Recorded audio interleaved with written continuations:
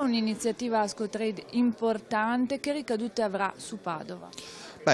Intanto interessa una parte non irrilevante del nostro territorio, insomma, per cui è un segnale concreto. Da una parte sottolinea il valore di una responsabilità sociale, soprattutto delle imprese che garantiscono servizi pubblici locali importanti per tutta la cittadinanza e tutte le famiglie. È un segnale importante perché, insomma, dare uno sconto sulle bollette permette alle famiglie di difendere il loro potere d'acquisto in un momento che sappiamo non è certo straordinario quanto a dinamiche dei redditi sia dei pensionati che dei lavoratori dipendenti, e io penso che a Padova, ad esempio, questo esempio di Ascotrade dovrebbe essere replicato su scala più ampia e diffusa. Abbiamo realtà importanti, penso a ERA, penso a PS, insomma ad altre aziende pubbliche locali che dovrebbero cogliere questo esempio, e penso che nelle prossime settimane assumeremo un'iniziativa come sindacati confederali per riproporre anche più diffusamente nel Padovano uno schema che venga incontro alle famiglie riducendone l'onere e i costi di servizi che sono servizi essenziali irrinunciabili.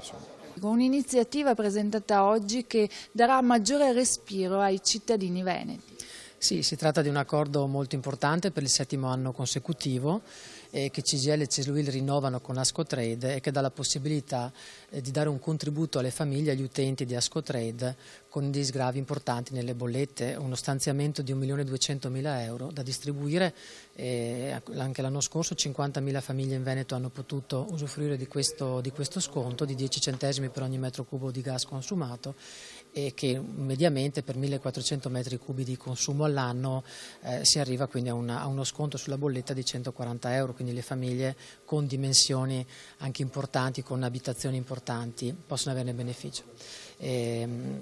Un aspetto importante è anche l'innalzamento dell'ISEE. Quest'anno abbiamo fatto un accordo che aumenta la soglia ISEE da 20 a 25.000 euro, perché con le modifiche nazionali apportate al calcolo dell'ISEE, un ISEE di 20.000 euro, come era concordato negli anni precedenti, avrebbe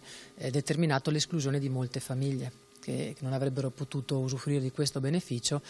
nonostante redditi molto bassi. Però è chiaro che con il nuovo ISEE, che comprende i patrimoni in senso generale, che non fruttano nessun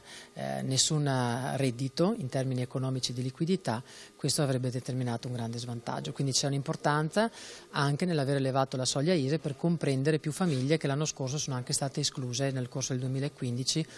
dopo il cambio dell'ISEE del 2014.